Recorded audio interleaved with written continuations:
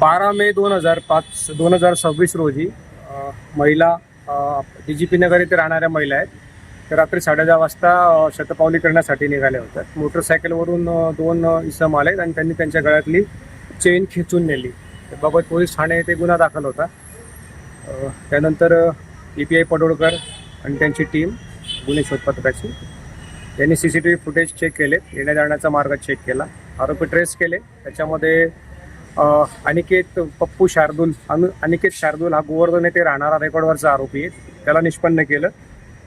तो सध्या नाशिक जेलमध्ये होता गंगापूरच्या एका गुन्ह्यामध्ये. त्याला त्याचा ताबा घेतला, त्याच्याकडे विचारपूस केली आणि ते काही फुटेजेस होते, ते फुटेजेस व्हेरीफाय केले. तर त्याने ते कबूल केलेले. त्याच्याकडून एका गुन्ह्यातले 1 तोळ्याची जी आहे चेन रिकवर झालेली आहे. अजून 2 गुन्हे ओपन झालेत. एकूण पोलीस स्टेशनचे 3 चेन स्नॅचिंग ओपन झालेले आहेत. यापूर्वी त्याच्यावर गंगापूर, सातपूर आणि म्हसरूळ या पोलीस स्टेशनचे गुन्हे दाखल आहेत. रेकॉर्डवरचा आरोपी आहे. एक आरोपी फरार आहे, त्याचा टीम शोध घेत आहे. सध्या तो आमच्या पोलीस कस्टडीमध्ये आहे.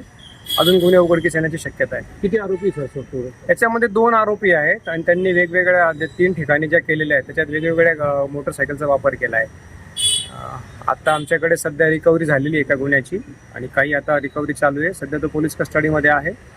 रेकॉर्डवरचा सराईत आरोपी आहे, त्यामुळे त्याच्याकडून अजून गुन्हे उघडकीस येण्याची शक्यता आहे. जे गुन्हेगार आता पकडले त्यांची नेमकं पार्श्वभूमी काय? त्याची पार्श्वभूमी तो गोवर्धन गावचा आहे. यापूर्वीही त्याला ह्या अशाच प्रकारच्या गुन्ह्यांमध्ये तो जेलमध्ये जाऊन आला होता. सध्या तो जामिनावर होता. त्याच्यासोबत अजून एक आरोपी फरार आहे.